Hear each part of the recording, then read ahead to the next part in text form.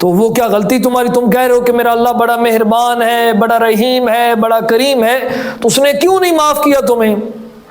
تو یہ شخص کہتا ہے کہ کیونکہ اس گناہ کا تعلق، اس غلطی کا تعلق حقوق العباد سے تھا۔ اب جب تک وہ شخص مجھے معاف نہ کرے کہ جس کا حق میری گردن پر ہے، تب تک اللہ کی ذات مجھے معاف نہیں کرے گی۔ تو حضرت نے کہا کہ کون سا حق تو نے اس کا لیا، یہ کون سا اس کا حق تمہاری گردن پر ہے؟ تو یہ شخص کہتا ہے کہ کیونکہ میں زندگی میں، دنیا میں مزدور شخص تھا، میں لوگوں کے سامان ادھر سے ادھر اٹھا کر رکھتا تھا، اس کی مزدوری لیتا تھا۔ تو ایک شخص جس نے مجھے میرے ساتھ معاوضہ طے کیا، اس کی لکڑیاں تھیں جو میں نے اس کے گھر پہنچانی تھی، معاوضہ طے ہو گیا اور وہ لکڑیاں میں اپنے سر پر اٹھا کر اس کے گھر پہنچانے کے لیے رستے میں جا رہا تھا۔ تو بس جیسے عام روٹین میں مجھے پتہ ہی نہیں چلا، اور یا ویسے خیالات میں جس طرح ہم عموماً ایسے ہوتا ہے کہ ان لکڑیوں میں سے میں نے ایک لکڑی توڑی اور وہ میں اپنے منہ میں خلال کرنے لگا، جیسے عام ہم تو اسے گناہ ہی نہیں سمجھتے۔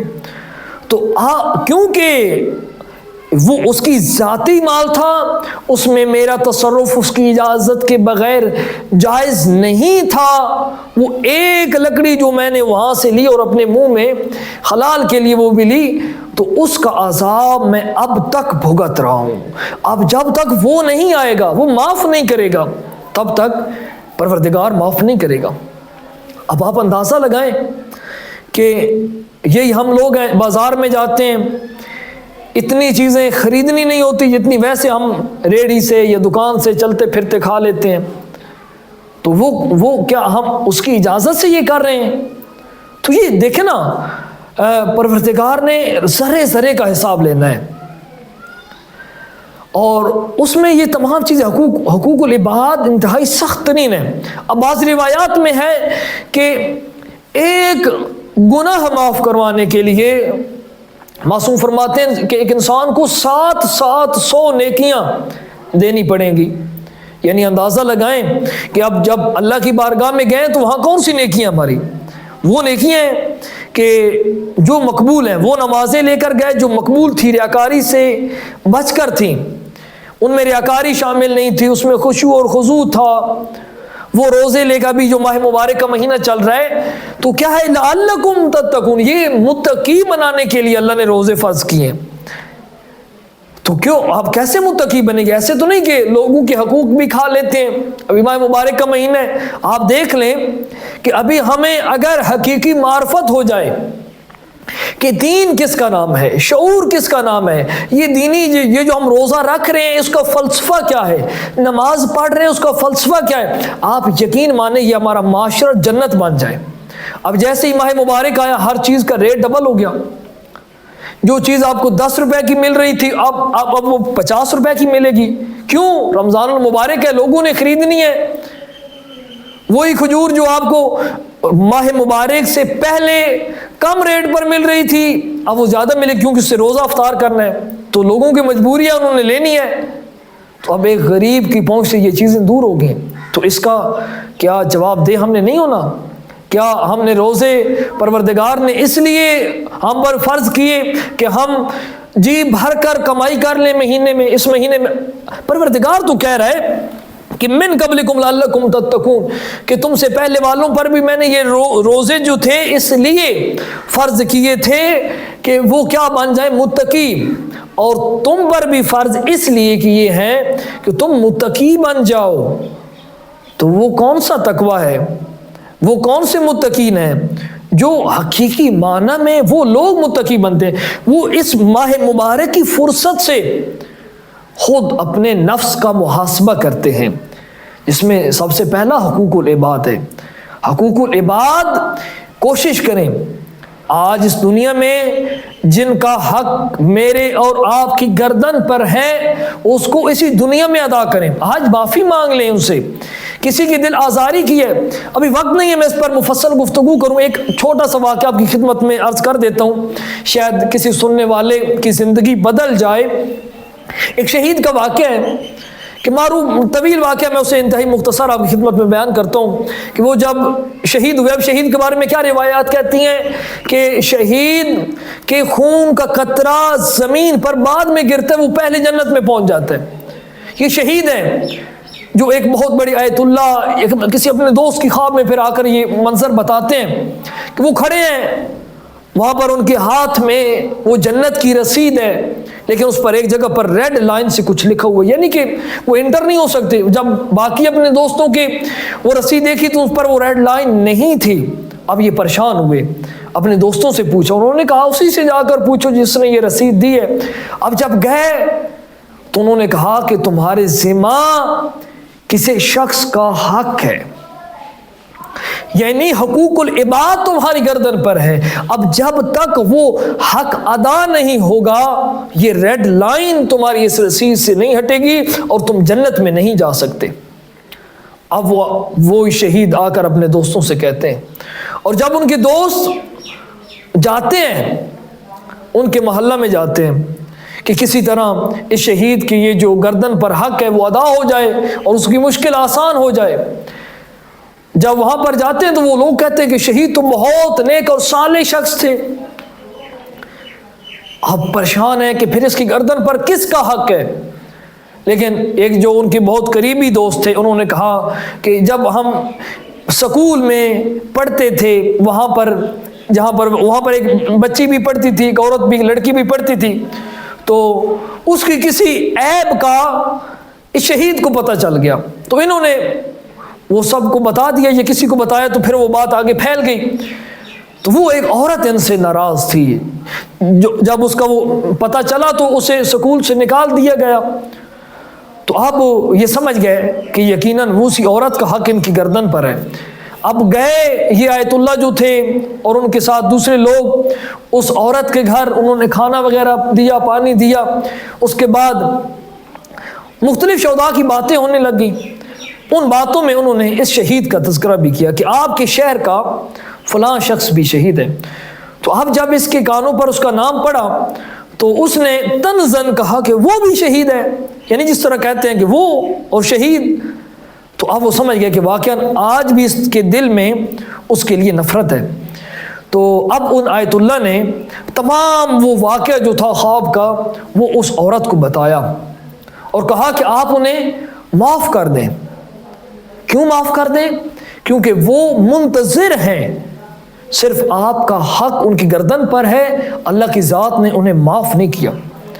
اور جب اس عورت نے یہ سنا اور اس آیت اللہ نے کہا کہ آپ جتنی چاہے اس کی قیمت وصول کر لیں، تو اس عورت نے کہا کہ تم مجھے جتنی مرضی قیمت دو میں نہیں معاف کر سکتی۔ کیوں؟